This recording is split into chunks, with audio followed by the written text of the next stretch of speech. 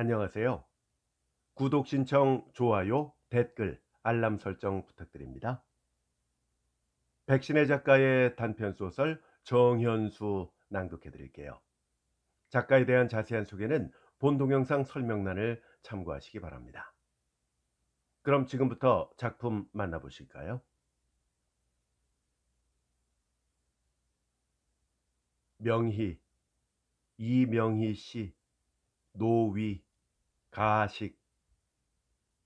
치과의사 정현수는 테이블에 접혀진 채로 놓여있는 그날 신문지 위에다 모제비 글씨로 이렇게 휘갈겨 써보았다. 그때 건너편 기공실에서 조수로 있는 병일이가 더위를 못 이겨서인지 바쁘게 부채질하는 소리가 들려오자 그는 얼른 펜 끝에 잉크를 듬뿍 찍어서 박박 긁어낼 듯이 이제 쓴 글자를 도로 지워버렸다.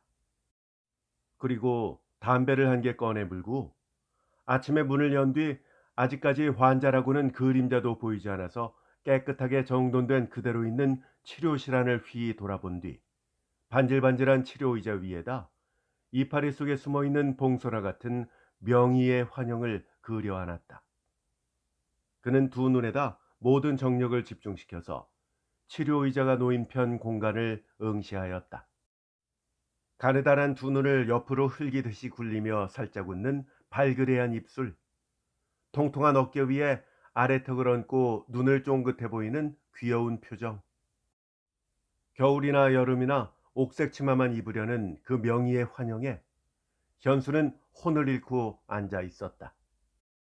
저 명희 씨, 당신은 왜 옥색 치마를 그렇게 사랑하십니까? 옥색 치마를 좋아하는 게 아니에요. 옥색이라는 그 빛깔이 좋아요. 왜 구태여 옥색인가요? 모르겠어요. 어쩐지 옥색을 보면 천변만호하는 이 세상에서 영원과 무궁이라는 것을 알려주는 것 같아요. 아, 그런가요? 나는 흰빛 좋아하고요. 색깔은 흑색이 더 좋아요. 옥색은 곧잘 변하지 않습니까? 사람의 손으로 된 옥색이야 잘 변하지요만 저 광대무변의 하늘색이야 어디 변합니까? 구름이 끼고 밤이 오고 하면 없어지지만 그것은 다만 우리의 육안이 보지 못함에 불과하지 않아요? 비록 내 치마에 들인 하늘빛이 변해서 누렇게 된다 하더라도 내 마음속에 비쳐있는 그 맑은 옥색, 하늘색, 저 바닷물색이야 변할 수가 있나요? 분홍색은 어떻습니까? 분홍색은 아주 슬퍼요. 아무리 고운 꽃이라도 그 색깔이 붉은 계통의 것이나 누런 계통의 것이라면 아주 싫어요. 나는 작년 봄부터 푸른 꽃, 즉 옥색 꽃을 찾아보려고 높은 산으로 저 언덕 끝으로 쏘다녀 보았어요. 그래도 없더구만요. 옥색 꽃이야 꽃장사 집에 가보면 덜어 있지요. 그래요? 나는 앞만 찾아봐도 없어서 아주 낭망을 했었어요. 왜요? 허위와 가식만으로 된 이 세상을 저주하는 나의 동지가 하나도 없는 것 같아서요. 푸른 꽃은 많은 꽃 중에서도 가장 심각한 진리의 탐구자처럼 생각돼요. 그렇습니까? 나는 새까만 꽃이 있다면 더 심각한 맛이 있게 보이겠는데요. 현수는 명희와 며칠 전에 이런 대화를 하던 것이 생각나며 눈이 스르륵 감겼다. 그는 버럭 속이 상하듯이 갑자기 벌떡 일어섰다. 참, 나도 푸른 저 하늘색과 저 망망대의 그 물빛을 사랑한다. 이놈의 세상은 허위와 가식으로 된 사회다. 모조리 초랑이를 쓴 사회다. 참다운 인간 사회가 아니다. 왜 이렇게 내 속마음을 그대로 솔직하게 말하지 못했던가? 그녀는 나와 이상을 같이 하는 유일한 동지다. 그렇다. 명희 씨는 천박하게 입으로나 행동으로서 나를 사랑한다는 표현을 하지 않는다. 나도 그렇다. 결코 서로의 마음속을 말하지 않는다. 그러나 그녀의 마음속에는 나라는 이 정현수가 꽉 차여 있다. 뻔뻔스럽게 무슨 자랑같이 마음속을 서로 고백할 수는 없는 것이야. 이 세상 놈들은 부끄러워서 어떻게 당신을 사랑합니다 하고 고백을 하는 건지 원. 현수는 팔짱을 끼고 턱 버티고 섰다. 이 세상에서 심각한 진리를 탐구하며 마지 않는 사람은 오직 명희 씨와 나뿐이다. 그녀는 옥색을 사랑한다. 무궁무진한 광대 분변의 우주의 끝까지 비추는 그 파란색을 사랑한다. 저 망망한 바다의 색도 파랗다. 아니, 근데 현해탄은 바다인데 왜 물빛이 검을까? 현수는 갑자기 이런 엉뚱한 생각이 들자 뚜벅뚜벅 걸어서 거리로 향한 창턱에 가서 턱을 고이고 기대섰다. 거리에는 오후 3시의 뜨거운 태양이 불같이 내려쪼이고 있는데 한 대의 택시가 기운 좋게 가고 있었다. 바람결이라고는 실가락만한 것도 살랑하지 않고 택시가 지나간 뒤에 일어나는 뿌연 먼지는 지옥에서 타오르는 유황불 꽃같이 거리를 휩싼다. 길가의 가지각색 사람들은 모조리 외면을 하며 먼지를 피했다. 그런데 한 늙은이, 촌이라도 아주 구석진 촌에서 건너온 듯한 텁텁한 옥색 두루마기에 큰 갓을 쓴 보전교도인 듯한 그 늙은이는 유별나게도 그 더러운 먼지에는 전혀 무관심하고 아래턱을 쑥 내밀고 입을 해 벌린 채 찬란스러운 거리의 좌우에 정신을 잃고 두리번거리며 천천히 걷고 있었다. 명희가 좋아하는 옥색 두루마기를 입은 탓인지 현수는 그 늙은이가 입을 벌리고 더러운 먼지를 죄다 마시는 것이 안타까웠다. 저런 자기 목구멍에 먼지 들어가는 줄도 모르고 에이 속상해. 그래도 입을 닫지를 않네. 그는 아주 성이 나서 꾸짖듯 중얼거리며 쫓아가서 그 늙은이의 아래턱을 한 주먹 갈겨 철커덕 붙여주고 싶어서 가슴이 서물거렸다. 그러나 그 촌늙은이는 한결같이 입을 벌린 채 저편 구비를 돌고 말았다. 현수는 얼른 테이블 곁에 달려가서 부채를 집어 활짝 펴들고 슬렁슬렁 붙이며 또다시 창떡가에 턱을 고이고 기대섰다. 그놈의 자동차, 이 건방진 놈의 자동차, 누구 한 사람들에게 미안하다는 인사도 없이 웬 길거리를 지 혼자 독차지한 듯이 의기양양하게 마음대로 쫓아다니는구나. 횡포무례한 놈의 새끼.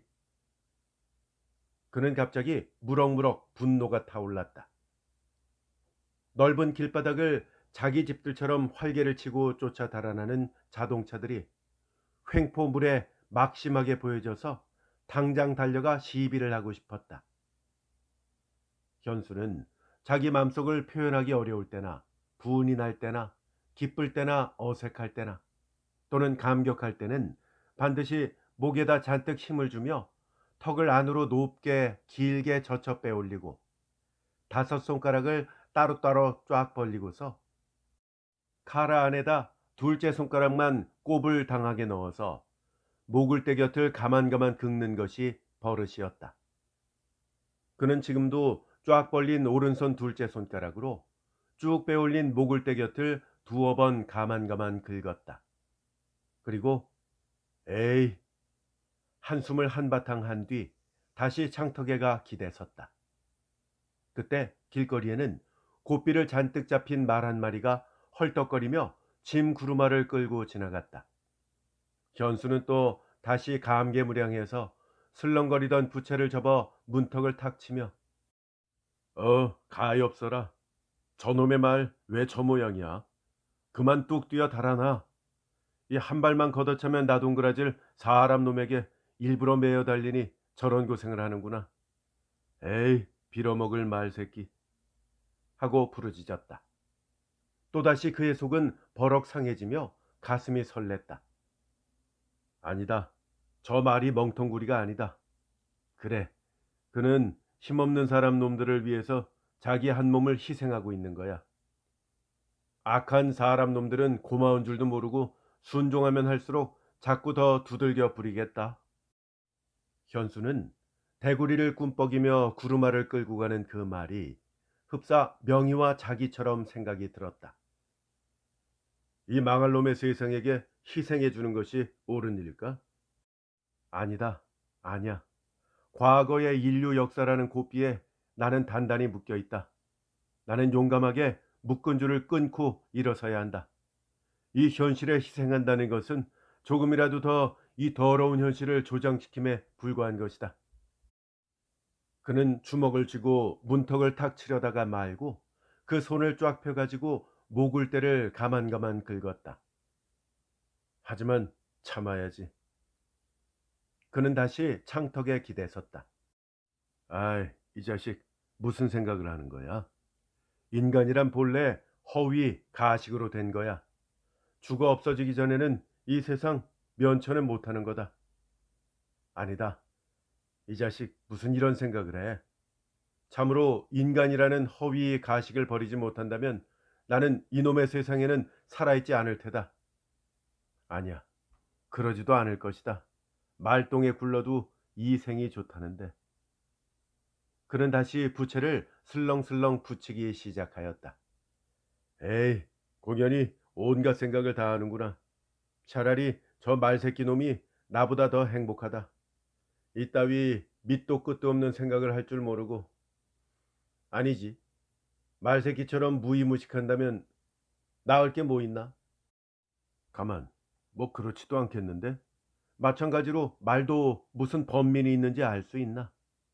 어떻게 해서든지 돈이라 좀 있었으면 형님의 은혜를 조금이라도 좀 갚아야 되겠는데. 현수는 자다 깬 사람처럼 창턱을 떠났다. 선생님, 손님 오셨습니다. 그때 기공실에는 병일이가 바쁘게 뛰어나오며 낭하에선 중년 신사 한 분을 치료실로 안내해드렸다. 사흘 만에 처음 대하는 손님이다. 병일이는 불이 나게 신사에게 치료 의자를 가리키고 컵에 물을 떠서 들고 섰다. 현수는 뻣뻣하게 선 채 움짝도 하지 않았다. 더러운 이놈 정현수야. 돈을 벌기 위하여 살살 쥐새끼처럼 손님에게 아첨을 하려느냐. 그는 창턱에서 이런 생각을 하며 돈을 벌겠다고 생각하던 자기의 가슴을 쥐어뜯고 슬플 만치 구역이 났다. 현수는 치과의원을 개업한 지가 2년이 넘었지만 한 번도 양심에 꺼리는 치료를 해준 적이 없었다. 그는 환자를 대하다 보면 어느 사이에 자기란 것은 없어지고 마는 동시에 치과의사란 것이 자기 직업이라는 것도 잊어버리고 마는 것이었다. 개업 시초에는 꽤 많았던 환자가 차차 줄기 시작해서 이해부터는 일주일에 겨우 둘셋이 있을 뿐이었다. 그러나 이것은 현수의 치과의사로서의 기술이 부족함도 아니요 성의 없는 무책임한 치료를 하는 까닭도 아니었다. 단순히 현수가 환자의 비위를 맞춰주지 않는 까닭이었다. 그것도 현수가 거만스러워서 그런 것이 아니라 마음속으로는 천배 백배 친절하지만 다만 입으로나 행동으로 표현하기가 가식 같아서 언제든지 침묵하고 있는 까닭이었다. 세상 사람이란 위선 그리고 눈앞에 살랑거리는 감정에만 홀리는 것이라 참으로 정성껏 장래성 있는 치료를 해주는 현수를 알아주지 않는 것이었다. 그러므로 조수인 병일이는 마치 어진 아내처럼 충고도 하고 타이르듯 달래기도 하면 글쎄 알았어 하고 대답은 시원스럽지만 다음에 환자가 오면 컵에 물을 따라서 입에 대어주는 것이 이놈 돈벌이 하려고 손님에게 아첨하는구나 하고 바라보는 것 같아서 컵을 배타기 즉 침 뱉는 도구 위에다 털커덕 놓고 양치하세요 하고 명령하듯이 버티고 서버리는 것이었다. 이러한 현수의 성미를 잘 아는 병일이는 오늘도 손님과 무슨 충돌이 생길까 해서 미리 겁을 먹었다. 그것도 손님이 돈뿐이나 있어 보이는 사람이면 반드시 한 번씩 충돌이 일어나는 것임을 잘 알고 있는 까닭이었다. 설마 자기도 사람이니까. 병일이는 이렇게 속으로 중얼거렸다. 벌써 3개월째 수중에서 낙찰이 된 현수의 속판을 아는 까닭이다. 병일이는 미리 현수에게 슬금슬금 시선을 보내서 먼저 양치부터 해보실까요? 하고 신사에게 친절하게 서비스를 했다. 신사는 침묵하니 서 있는 현수를 힐끔 바라보다가 입안을 씻은 후로 뒤로 제껴 누우며 입을 벌렸다. 왜 오셨나요? 현수는 그제서야 치료의자 곁에 다가서며 탐침에다 탈지면을 획획 감아서 조그만 면구를 만들어 퉁명스럽게 물었다. 신사는 좀 이상하다는 듯한 표정으로 이가 버서와시오 하였다. 그거야 모르겠습니까? 현수는 여전히 면구만 만들어 태연스럽게 응수하였다. 신사는 성이 불쑥 나는지 잠자코 벌떡 바로 앉았다. 이크, 또 야단 나는구나. 병일이는 입맛을 다시며 얼른 곁에 가 섰다. 허허, 많이 아프셨나요? 전에 어디서 보였었어요? 현수는 병일의 시선과 마주치자 이렇게 어색한 웃음을 지으며 치경을 들고 허리를 구부렸다. 신사도 입맛을 다시며 입을 벌렸다. 이거네요. 많이 앓으셨어요? 왜 이렇게 나빠지도록 그대로 두셨나요? 미련하게 그대로 두면 나을 줄 아셨어요? 현수는 그만두어도 좋을 말이었지만 신사에게 턱없이 머리를 숙이면 아첨하는 것 같게 보일까 봐서 일부러 되는 대로 중얼거렸다. 신사의 얼굴에는 불쾌한 빛이 역력히 떠올랐다. 자, 이렇게 하면 아프신가요? 현수는 치경으로 새까맣게 구멍 뚫린 어금니 한 개를 두 서너 번 뚝뚝 두들겼다. 아야! 신사는 버럭 소리를 지르며 입을 다물려고 했다. 이까짓 게 뭐가 아파요? 현수는 신사의 붉어져가는 얼굴에는 무관심하고 열심으로 어금니를 치료하기 시작했다. 그는 20는 엔진을 들고 신사의 입안을 긁기 시작한 지도 1시간이나 되었다. 병일이는 벌써부터 혼자 속으로 아이, 오늘은 좀 대강 해가지고 보내고 내일 또 오라고 하면 되는데 하며 속을 졸이는 판인데 다른 환자가 또 하나 들어왔다. 그러나 현수는 신사의 입안에서 엔진을 떼지 않았다. 다른 의사 같으면 15분 내외에 마치고 몇 날이든지 끌며 치료를 시켜서 돈을 버는 것이었지만 현수는 그렇지 않았다. 아무리 오래 치료를 해주고 공력을 많이 들여도 그는 자기의 직업의식을 떠나 손님 본위의 치료를 해주는 것이었다. 등에서는 땀이 개울물처럼 솟아내리면서도 더운데 손님이 며칠이나 어떻게 치료받으러 다니겠나?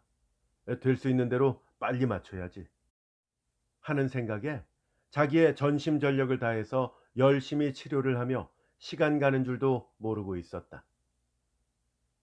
아마도 내 이는 충치가 아니라 풍치인 것 같은데 무슨 치료를 이렇게 오래 하세요? 신사는 현수의 마음속과는 반대로 기술이 부족해서 오래 끄는 줄만 알고 이렇게 화를 냈다. 풍치라니요? 아니에요. 충치입니다. 충치. 현수는 너무나 세상 놈들이 자기의 마음을 몰라주는 것이 슬슬 화가 났다. 자기가 정성껏 해주면 해줄수록 세상 사람들이 그를 원망하는 것이 슬슬 화가 났다. 그래도 아픈 모양이 풍치예요, 풍치. 그만해 두시죠. 신사는 지지 않으려는 듯이 말했다. 현수는 불쑥 성이 났다. 당신이 의사입니까? 어떻게 풍치라고 단정하세요? 충치라면 충치로 알 것이지 왜 풍치라고 자꾸 우기세요? 현수는 엔진을 쥔 채 이렇게 꾸짖듯 버티고 섰다. 에이, 여보시오. 그만두시오. 신사는 그만 벌떡 일어서고 말았다. 아니, 잠깐만요. 잠깐 좀 앉으세요. 그대로 두면 또 아프단 말이에요. 우선 약솜이라도 좀 막아가지고 가세요. 현수는 예사라는 듯이 태연한 얼굴로 신사의 팔을 잡았다. 그만둬요. 이 당신만이 치과 의사인 줄 아시오? 그대로 참고 있으려니까 더 불친절한 소리만 탕탕 하는구려. 신사는 기어이 치료의자 아래 내려서고 말았다. 현수는 그제야 불쑥 성을 내며 신사의 팔을 꽉 잡고 이것 보세요. 아니 이 못난 자식 잠깐만 참으라면 참아보는 것이 신사지 무슨 변덕쟁이가 이 모양이야. 잔말 말고 도로 앉아. 그대로는 내 목이 떨어져도 못 보내겠다. 에? 이 자식 정신병자로구만. 이거 못 놔? 신사는 금방 주먹이 올라갈 것처럼 씩씩거리며 입술이 풀어졌다. 아, 그러지 말고 도로 앉아. 한번 내 손으로 치료한 것을 그대로 무책임하게 뭐 네 놈이야 죽든 살든 내버려두지 못하는 것이 그게 나의 성격이야. 좌우간 우선 부는 참았다가 이 치료나 끝나거든 격투라도 하자. 현수는 두 눈을 부릅뜨고 한결같이 우겨댔다. 아니, 이런 봉변이 어디 있나? 이런 망할 놈이. 신사는 덜덜 떨며 분을 내었다. 이 자식아, 너만 분하냐? 나도 분해 죽겠다. 어서 치료를 마치고 결투를 하자. 아이 참 분해서 원. 현수의 기세는 점점 올라가고 있었다. 저 선생님, 좀 참으세요. 의사 선생님은 본래부터 성질이 좀 있어요. 잘 이해하십시오. 보시면 결코 노하실 것이 아닙니다. 병일이도 속이 상해서 바라보고만 있다가 마지못해서 신사의 앞에 가서 빌었다. 현수는 이윽고 신사의 팔을 붙들고 있다가 한 걸음 물러서서 팔을 놓았다. 저, 제가 잘못했습니다. 현수는 신사의 앞에 머리를 숙였다. 그의 가슴 속에서 의사로서의 자기 태도가 잘못이었음을 뉘우쳤던 까닭이었다. 신사는 이가 아프던 것을 생각하고 그대로 가기가 위험하게 여겨졌는지 마지못하는 척하고 도로 걸어가서 앉았다. 현수는 아주 기쁜 듯이 다시 엔진을 들고 치료를 시작했다. 먼 데 있는 사람의 흉이나 보듯 그는 궁시렁궁시렁 신사 욕을 해가면서도 늘 싱긋싱긋 웃었다. 신사도 처음은 욕이 나올 때마다 분을 내더니 차차 성이 풀려서 픽 웃었다. 이제 다 됐습니다. 그렇게 가고 싶으신데 얼른 가세요. 애인이 기다리시나요? 현수는 신사를 치료 의자에서 내려놓은 뒤 소독수에 손을 씻었다. 그만 채 해놓았으니까 이제는 누구에게 가서 마저 치료를 하셔도 좋아요. 그는 양심에 거리낌 없는 치료를 하고 난 것이 기뻤다. 얼만가요? 신사는 지갑을 꺼내들고 병일이에게 물었다. 돈? 일 없다. 이 자식아, 그냥 가. 빨리 가. 현수는 돈 말이 나오자 또 성을 내며 와락 신사를 밀어 밖으로 밀어낸 뒤 안으로 잠그고 말았다. 현수는 얼른 창턱에 기대서서 허리를 창밖으로 꺼내었다.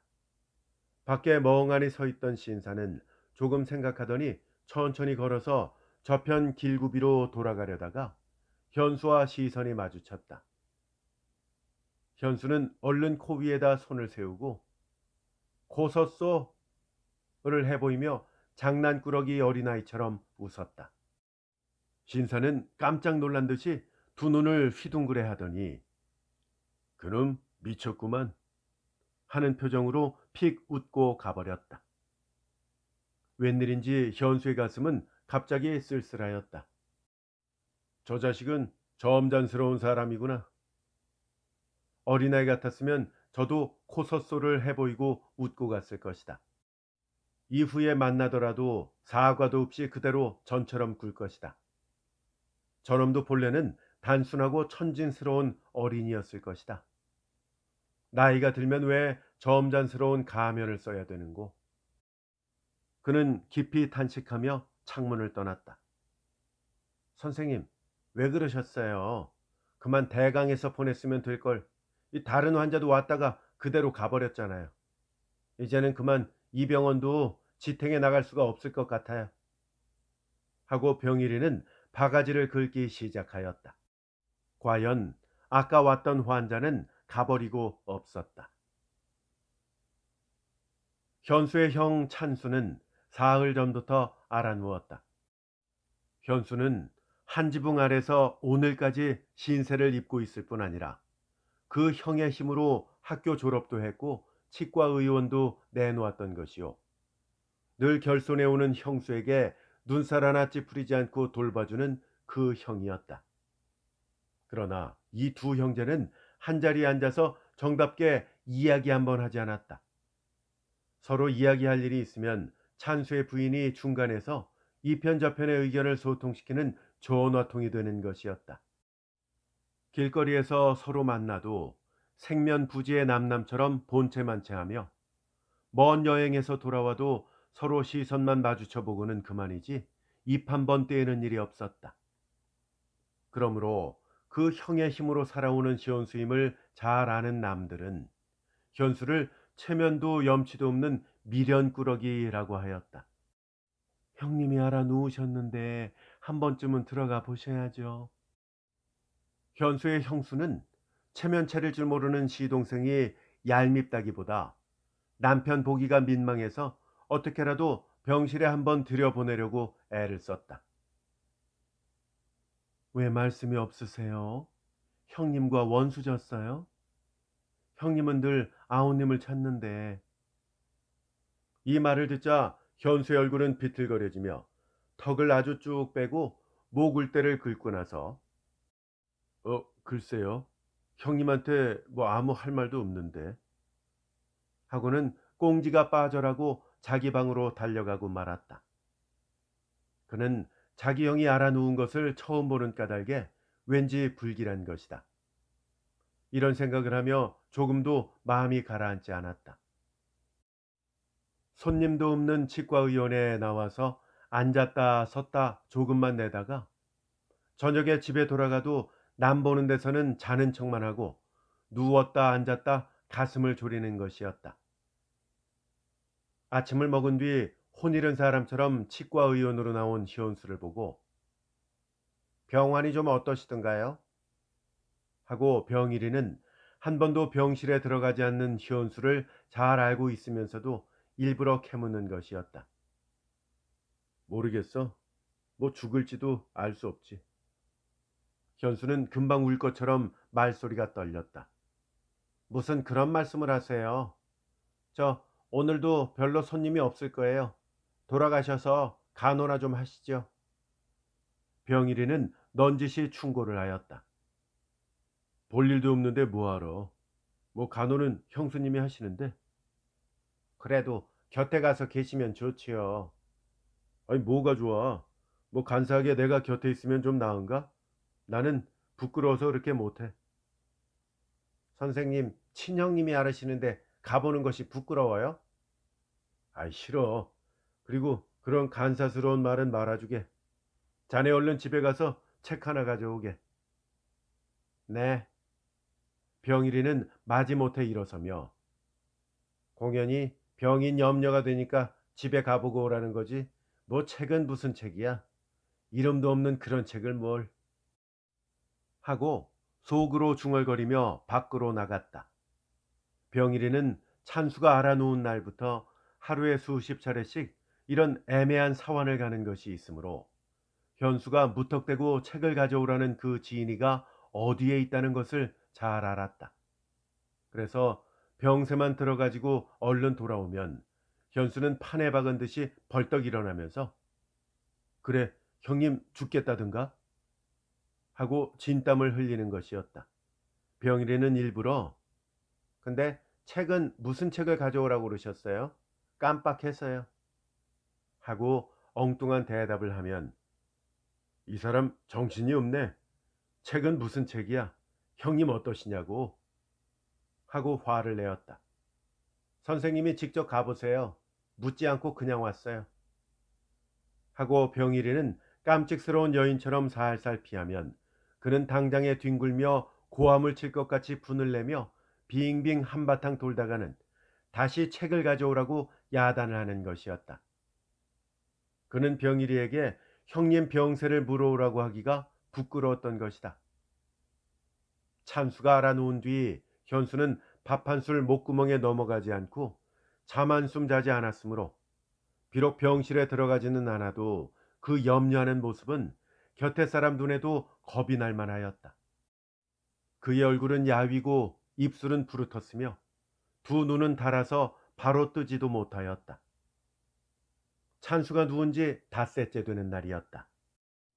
현수는 일부러 아침밥을 먹는 척하고 신문지에다 밥을 절반이나 덜어서 둘둘 뭉쳐놓고 상을 내보낸 뒤에 치과 의원에 곧 나갈 것처럼 일부러 바쁜 척하고 서두르며 안방 쪽만 자꾸 바라보고 있었다.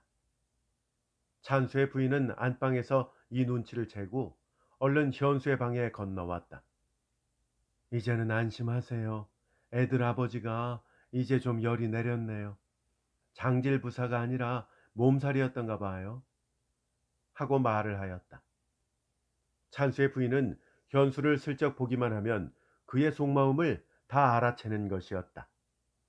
그가 아무리 조용히 하고 있어도 옳다, 병세가 알고 싶구나 하고 알아차리고는 진작 보고를 해야 되는 것이었다. 그러나 현수는 못 들은 척하고 좀 나았다고 자꾸 밥이나 꾸역꾸역 먹이지 마세요. 닭 뱉듯이 한마디 집어던지고 꽁지가 빠지게 달아나가고 말았다. 찬수의 부인은 그래도 피고 웃으며 별난 성질도 다 보겠네. 염려는 죽도록 하면서 왜 남한테 나타내 보이기 싫어하는지 하고 건너가고 말았다. 현수는 급히 치과의원에 나갔다. 그의 어깨는 날아갈 것처럼 가뿐하였다. 그 형의 병실에 들어가 보는 것은 아첨하는 것 같아서 싫었지만 이미 병이 차도가 있다는 말을 듣고 나니까 와락 그 형의 얼굴이 보고 싶어서 견딜 수가 없었다. 그는 참다 못해서 자기 집에 달려갔다. 그는 뒷문에 몸을 숨기고 엿보며 그의 형수는 안방에 누워있고 어멈은 툇마루에서 약을 짜고 있었다. 그는 사람을 죽이러 가는 자객처럼 날쌔게 몸을 날려서 병실엔 뒷방으로 달려들었다. 그 형은 감았던 눈을 스르르 뜨면서 현수를 바라보았다. 현수는 몇 날 사이에 수척해진 그 형을 바라보자 가슴이 금방 깨질 것처럼 아팠다. 그는 조용히 윗목에 가서 버티고 서 있었다. 네 얼굴이 왜 그 모양이냐? 밥을 잘 먹어야 된다. 덥다. 나가라. 나는 곧 낫겠지. 찬수는 돌아 누우며 이렇게 또박또박 말하고 입을 닫아버렸다. 네, 형님, 현수는 주먹만한 눈물을 한 방울 뚝 떨어뜨리고 목을때를 박박 긁고 저 너무 염려 마세요. 현수는 더 입을 뗄 수가 없어서 얼른 병실을 나서고 말았다. 불과 2분간의 병문안이었다. 그는 마루 한켠에서 눈물을 이리저리 주워 닦았다. 약이 다 됐다고 어멈이 약대접을 들고 찬수의 부인을 깨우자 현수는 마루 한켠에 비껴서 몸을 숨겼다. 현수 얼굴이 왜 그 모양이야? 찬수는 약을 가지고 들어간 그 부인에게 버럭 소리를 질렀다. 왜 반찬을 잘 먹이지 않았어? 사람이 영 죽게 되었더구나. 받쳐들고 고함을 치며 부인을 꾸짖었다. 현수의 가슴은 뜨거운 총알을 맞은 것 같았다. 그는 다른 박질로 치과의원으로 달려가서 치료의자에 가 덜썩 주저앉으며 목을 놓고 엉엉 울기 시작하였다. 현수를 찾아왔던 명희는 병일이와 기공실에서 있다가 깜짝 놀라 달려나왔다. 현수는 자꾸 울기만 했다. 선생님, 왜 이러십니까? 무슨 일이에요? 명희와 병일이는 질겁을 해서 어리둥절하였다. 하지만 현수는 형님 형님 부르며 울면서 가슴으로 부르짖었다. 허위와 가식으로 된 이 세상에서 절망을 하고 저주를 하든 현수는 자기 형에게서 비로소 거짓 없는 진실한 참다운 사랑을 보았던 것이었다. 명희 씨, 우리 형님이 좀 나으셨어요. 현수는 이윽고 울다가 감격에 떨며 고개를 명희에게 들었다. 그러세요? 근데 왜 우세요? 현수는 대답 대신에 명희의 가느다란 두 눈을 바라보며 저 명희 씨, 우리 결혼해요. 하고 두 팔을 내밀었다. 아이, 선생님도. 명희는 깜짝 놀란 듯이 얼굴을 찡그렸다. 그제야 현수도 자기가 한 말에 스스로가 놀랐다. 무의식간에 나온 말이었던 까닭이다. 절망했던 현실에서 새 광명을 보는 감격에 꽉 찬 현수의 이 말은 시인의 입에서 무의식간에 흘러나오는 즉흥시와도 같은 것이었다. 저 명희 씨, 나는 우리 형님이 나를 사랑하는 것처럼 나는 당신을 사랑합니다. 현수는 이 말로써 자기가 명희를 얼마나 사랑한다는 것을 충분히 표현한 것으로 믿었다. 아이, 선생님, 그게 무슨 말씀이세요? 전 몰라요. 명희는 새침하여 밖으로 사라져 버렸다. 현수는 이상하다는 듯이 벌떡 일어섰다. 저 명희. 그는 명희를 부르려다가 입을 닫고 말았다. 그의 문 아래 몇 날 전에 싸움했던 그 신사가 우뚝 서 있는 것이었다. 현수의 눈은 핑 도는 것 같았다. 모두가 다 말뿐이지 뭐. 공연한 이유를 붙여서 지가 제일 옳다고 야단들이지. 명의가 다 뭐냐. 나 혼자 남달리 심각한 사상을 가졌다고 고집을 하며 세상을 욕했지만 모두 다가 잘못이었다. 이 세상이 나를 제일 가는 위인이고 성인이고 부자고 미남자라고 하면 이 꾸리하게 되지 못한 생각들은 하지도 않을 것이다. 모두가 이 내 못난 짜증이었지. 아니, 내 못난 것을 자위하려는 비루한 수단으로 끌어다가 붙인 그런 이유겠지. 필연이 저 신사와 싸움을 했구나. 형님 병실에 자주 가보는 것이 왜 부끄럽나? 이 남다른 생각을 한다는 것이 진리가 아니야. 진리라는 것은 내가 미워하는 허위의 가식으로 된 이 세상에 있는 거야. 현수는 가슴속으로 부르짖었다. 푸른색을 좋아한다는 그 명의의 남다른 말에 혼을 잃고 있는 자기가 우습게 생각되며 제법 태를 빼물고 나가버린 명의가 안이 꼽게 여겨졌다. 그는 얼른 신사 앞으로 머리를 숙이며 요 며칠 전에 실례가 많았습니다. 하고 사죄를 했다. 신사는 놀란 듯이 현수를 바라본다. 그런 첫인사는 그만둡시다. 나는 무조건 하고 당신의 성격이 마음에 들어요. 자, 지금부터 우리 서로 좀 친하게 지냅시다. 신사는 쾌활하게 웃었다. 현수는 어리벙벙해졌다. 두 번 다시 오지 않을 것이라고 생각하고 욕했던 바로 그 신사는 다시 오고 믿었던 명의는 가버렸다. 그는 신기한 새로운 세상에 들어선 것처럼 가슴이 탁 트이며 시원하였다. 자, 이리 앉으세요. 현수는 치과의원 개업 이후 처음 보는 명랑한 얼굴로 친절하게 신사를 치료의자에 앉혔다. 자, 양치하시죠. 그는 컵을 배타기 위해 턱 놓았다가 다시 벌떡 들어서 신사의 입에 대려하였다. 저번에 치료한 뒤로 이젠 이가 전혀 아프지 않아요. 신사는 현수가 망설이고 있는 컵을 받쳐들었다. 아, 네. 현수는 무턱대고 길게 크게 한숨하듯이 대꾸를 하고 똑바로 서서 턱을 쑥 빼낸 다음에 목을대를 가만가만 두어 번 긁었다. 백신의 작가의 단편소설 정현수였습니다. 재밌게 잘 감상하셨습니까? 저희 채널에 백신의 작가의 작품들 많이 올라가 있습니다. 호도, 적빈, 나고, 어느 전원의 풍경, 복선이, 나의 어머니, 학사, 채색교, 나의 시베리아 방랑기 이런 작품들이 이미 올라가 있거든요. 저희 재생 목록에 오시면 각 작가별로 작품들을 모아놓은 것을 확인하실 수 있는데요. 거기서 백신의 작가를 검색하시면 되겠습니다.